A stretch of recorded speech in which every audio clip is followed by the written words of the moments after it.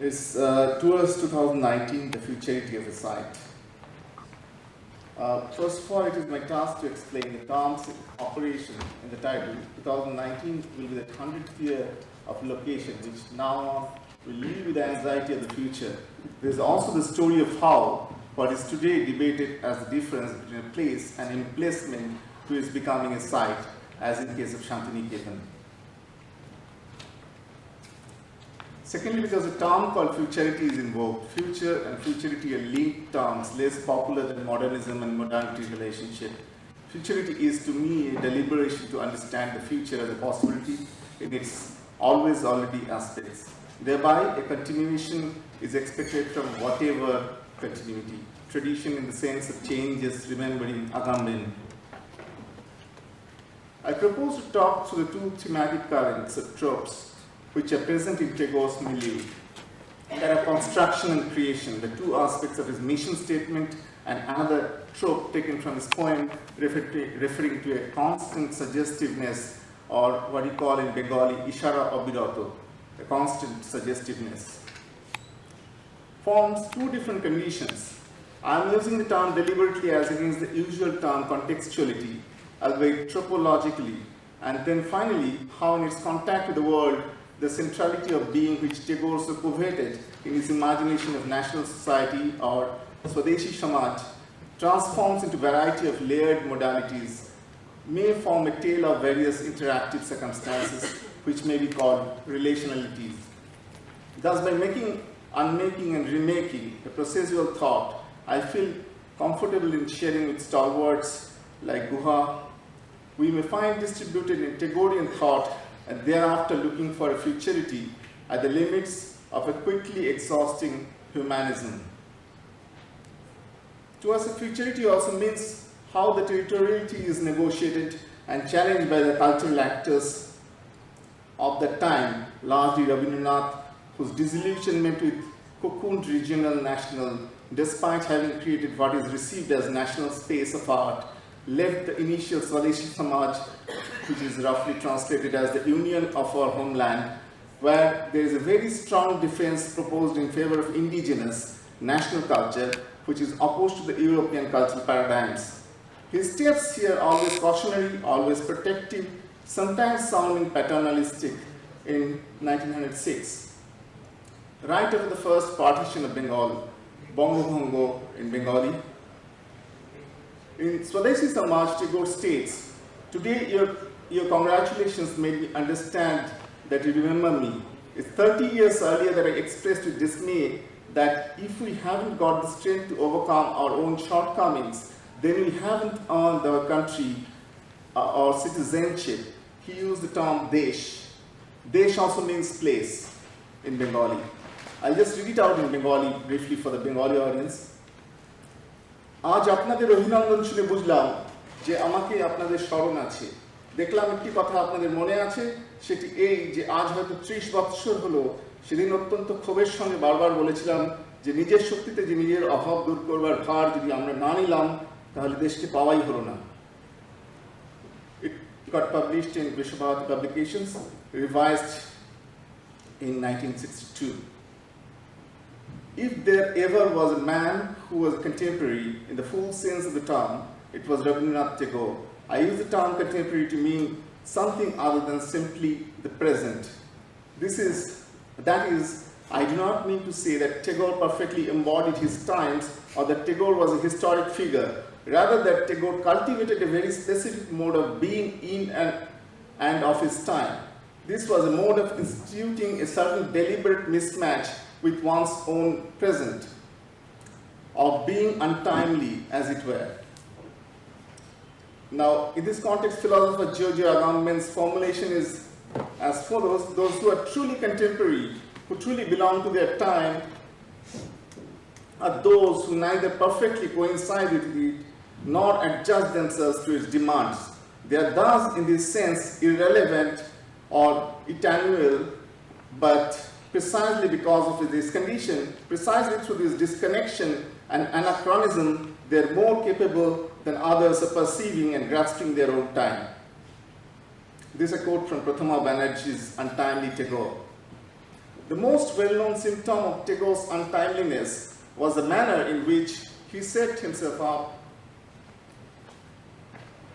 against dominant public discourses of his time, despite or perhaps because of his own iconic status. Therefore, his writing against Swadeshi, a movement which had launched him as a public figure in the first place, his subsequent critique of nationalism as ideology, and his espousal of universalism, his stringent critique of history as a discipline, his disagreement with Gandhian moral politics, non-cooperation in symbolism of the charkha, his argument against national art, and his sharp quarrels with younger authors over modern realist writing from which he emerged quite badly scarred.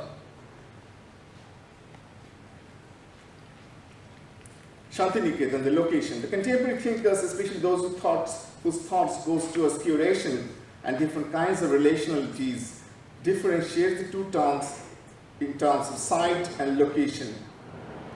This relates to the ethnographic turn in art history as well as curatorial thinking of community. Thirdly, the anthropological interest in art as a relational / community-based practices. I have Kester, Grant Kester, Sarah Pink, and George Marcus in mind. This is Uttarayan, Tagore's largest residential complex, which was actually looking ostentatious and seemed like a palace. In the process of being made, a current photo, this is just to give an ambient look of the time of the circa 20s. Another look. Simhasaran, the clock tower building.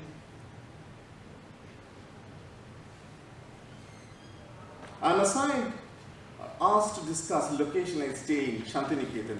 Somewhat familiar to those who stay in the subcontinent, may not be so to those who are from the rest of the world.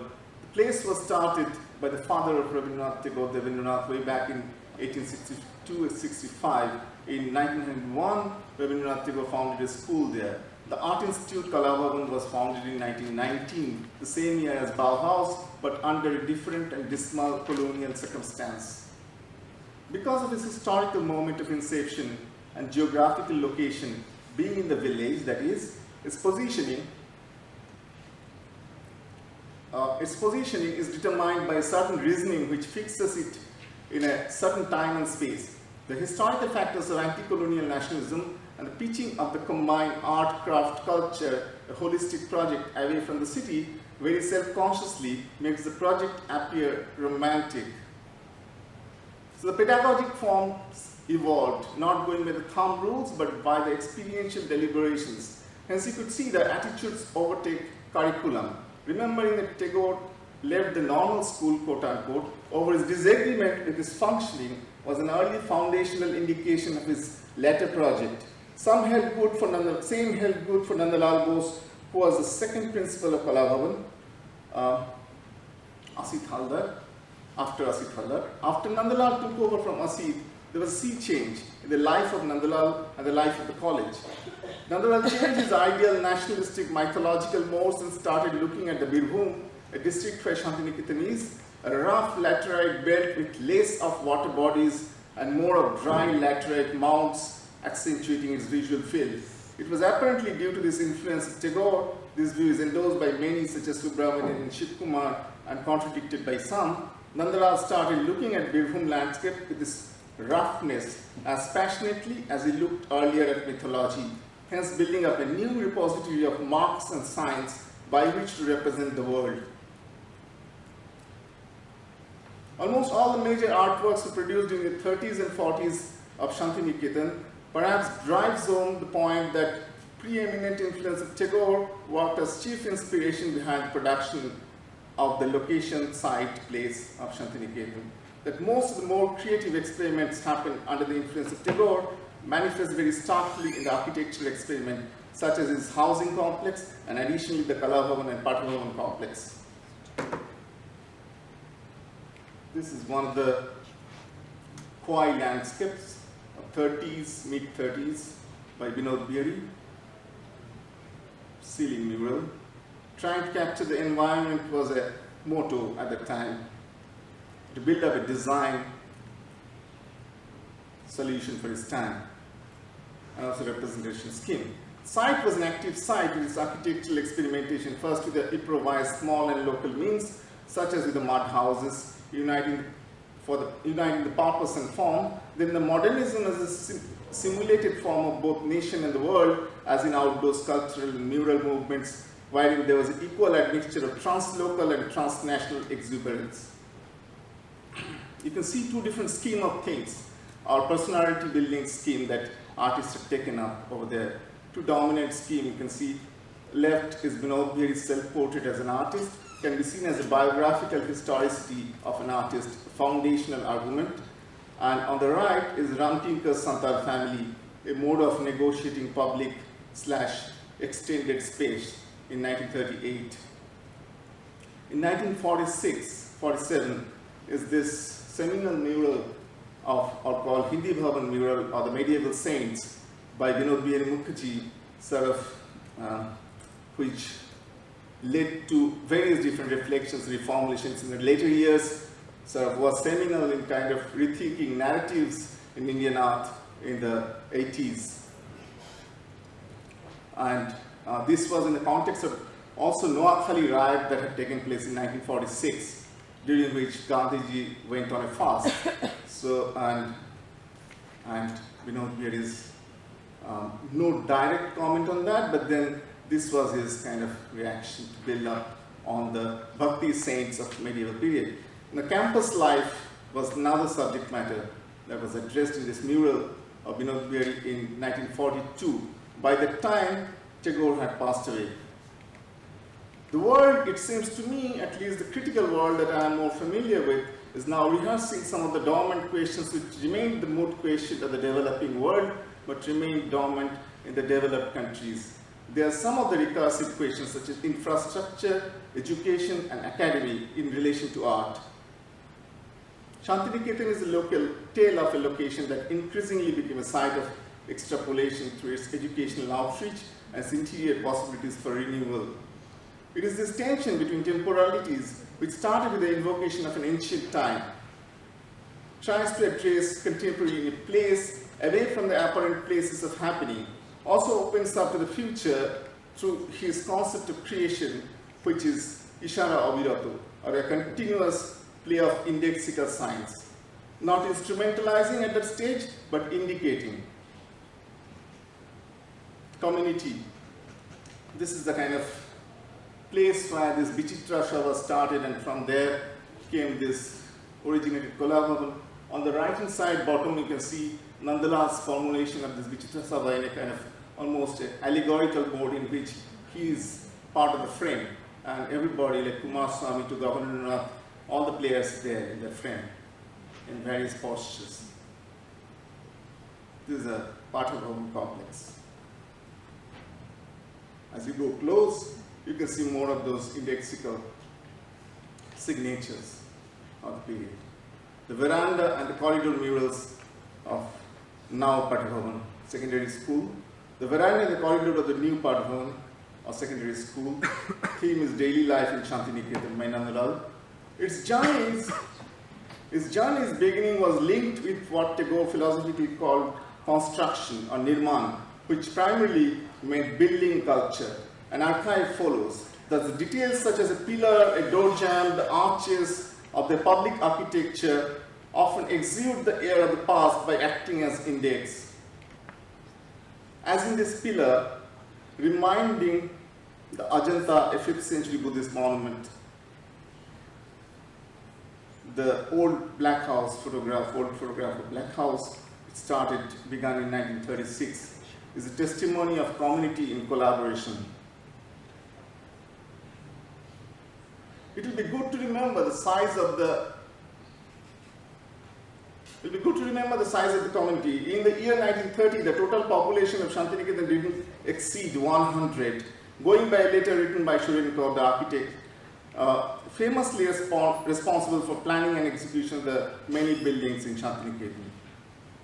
Because the size of the community was small, the responses to events were also quick and rather celebrative, In a creation mode, Rani Chandra's print of the newly built Shamali in 1935 that gets a place on the cover page of Visva Bharati Quarterly testifies this. Sujata is by Ramki Kabej is said to be the first modernist outdoor sculpture in India. This is not only true of Tagore's own houses, but also those which arose out of voluntarism and self-organized activities like the so-called new hostel of Kalabhavan. This is the black house, the same house that the next house to Rani Chandra, woodcut by Ramkanai Samuth in 1938. These are kind of almost living museum, Assyrian lion to signature of a student. Name of the students inscribed, as in this case, teachers were conspicuous by absence.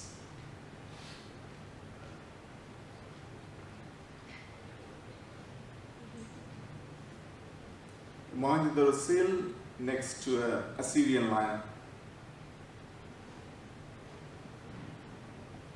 An Egyptian figure with Bharut Yakshi.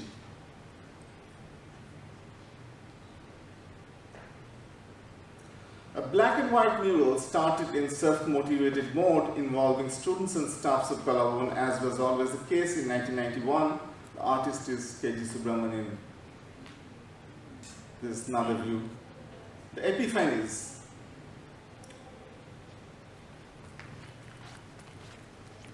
This educational paradigm thus is tuned in its daily practices, and it thus remains on its walls, passages, and ceilings. In its mural movements and its site-related environmentally sensitive sculptures, sometimes providing a palliative entity to the rituals which reflect the daily lives, its epiphanies often transmitted through practices and sometimes written down. This is a new mural in 2011, a tile mural done by Subramanian, in which he inscribed words and phrases from various writings of Tagore and Nandalal and Rabindranath to bring back to a kind of consciousness the kind of literary text that informs the school. There's a madman in all of us, as this previous slide reads. I'll just read a couple of them. There's a madman in all of us who mixes a little color of whims in whatever we think or see, touches of our paintings with his brush, adds dimension to the music we make. The knowledgeable one guards the seed. The madman paints over the surface, the peel of the fruit, knowing fully well that it has to go, but he doesn't care for that. K.G. Subramanian, perhaps the only surviving student artist of that generation, venerably marks the wall thus in 2011. A criticality. This is from Guha, Ranajit Guha, the famous, one of the best known historians of subordinate studies.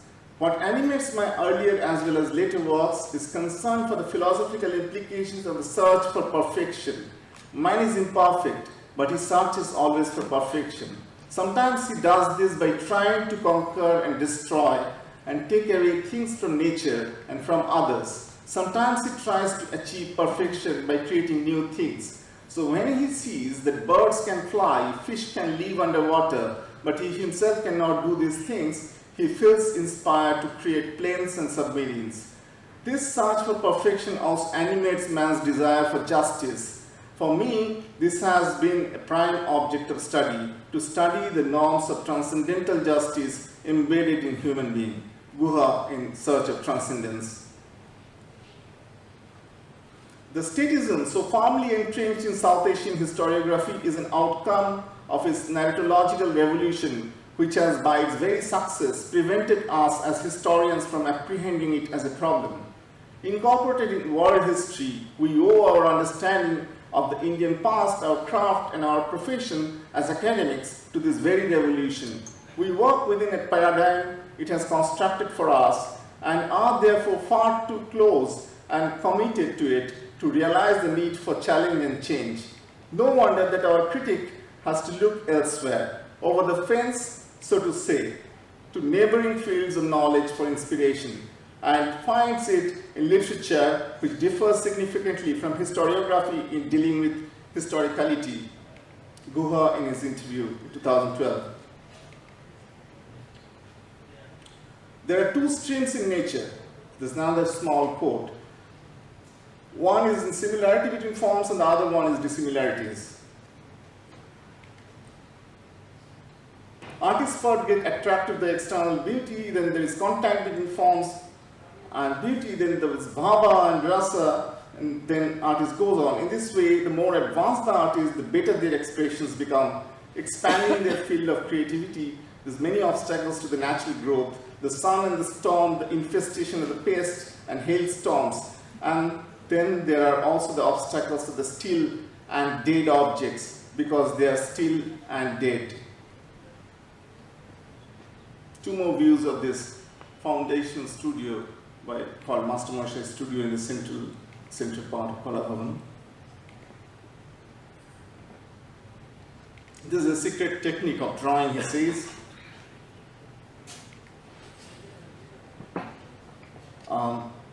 This is from Rabindranath called Light is accompanied by darkness, as darkness is followed by light. Days are followed by night, as nights are followed by day. Darkness during the day resides under the table, inside the cupboard, in the closed bedroom. In the night, light remains at the tip of the lamp. In the stars, in moons, none of them finishes off. They remain side by side. Then there's a quote from Japanese poem. The poet expresses his desire to become a cherry blossom.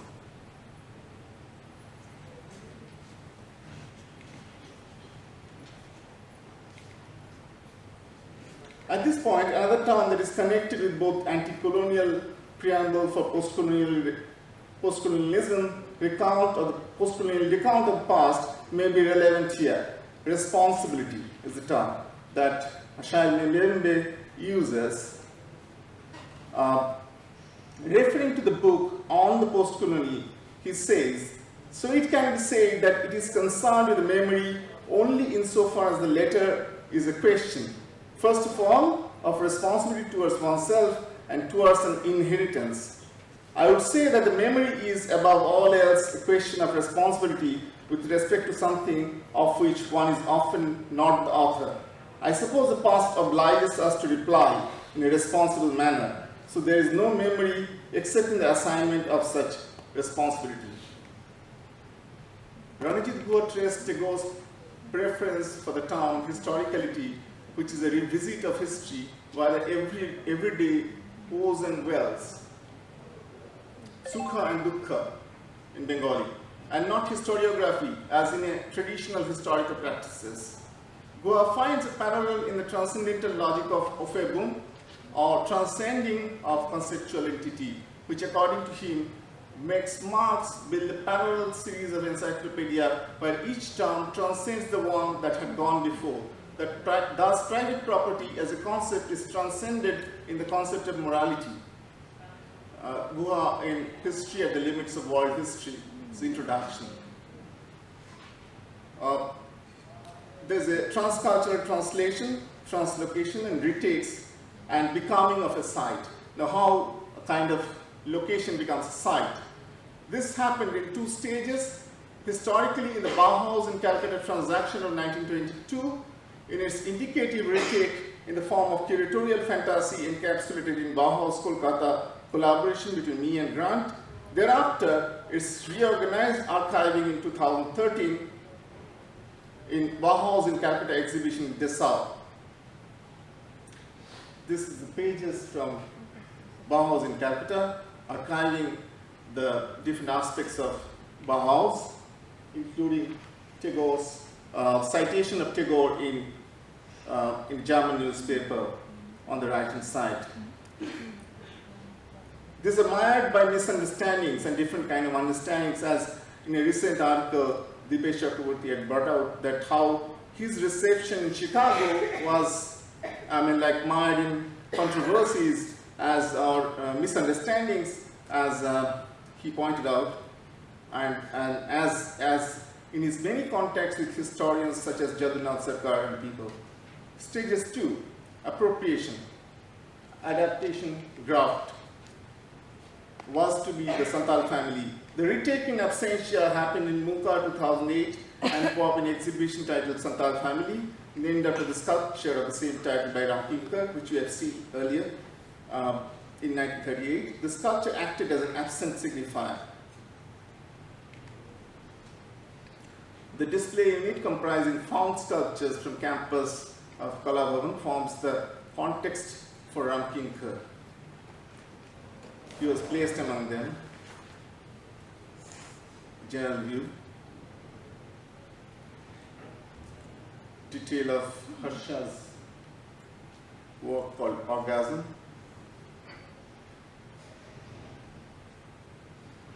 The Black House, a collaborative project of 2015, has brought out the public interaction which were the private model of Kalabhavan's hostels, production systems, and also, like the art production systems, brought out in public and brought together with about 60 to 70 people from outside to interact with students and teachers alike, participants, staff, and community alike. Led to many more interactions under CIAS, or Center for Interdisciplinary Arts in Śāntiniketan, a simultaneous movement of theory and practice, people and places, multiplicity as in multi-institutional, collective, voluntary gatherings. A view of the Black House Project, 2015. Another work.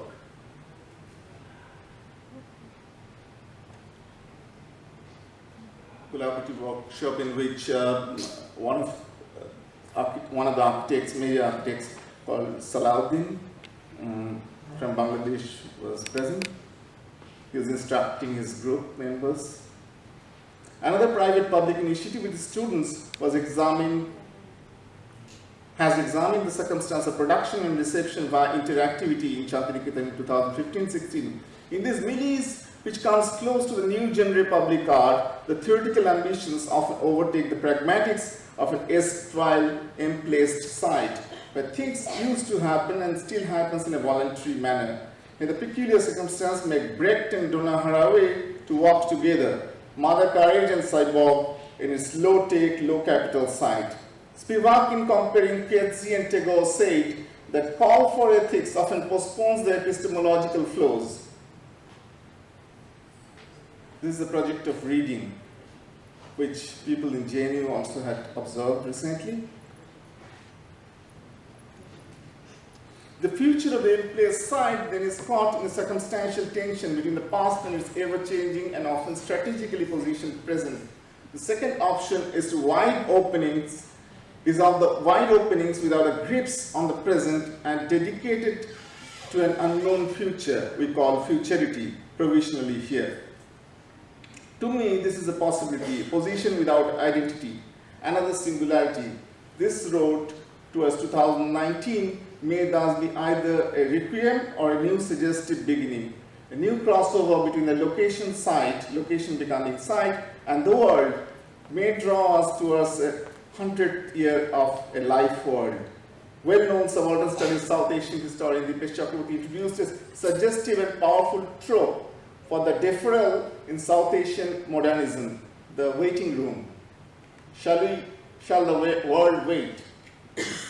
Thank you.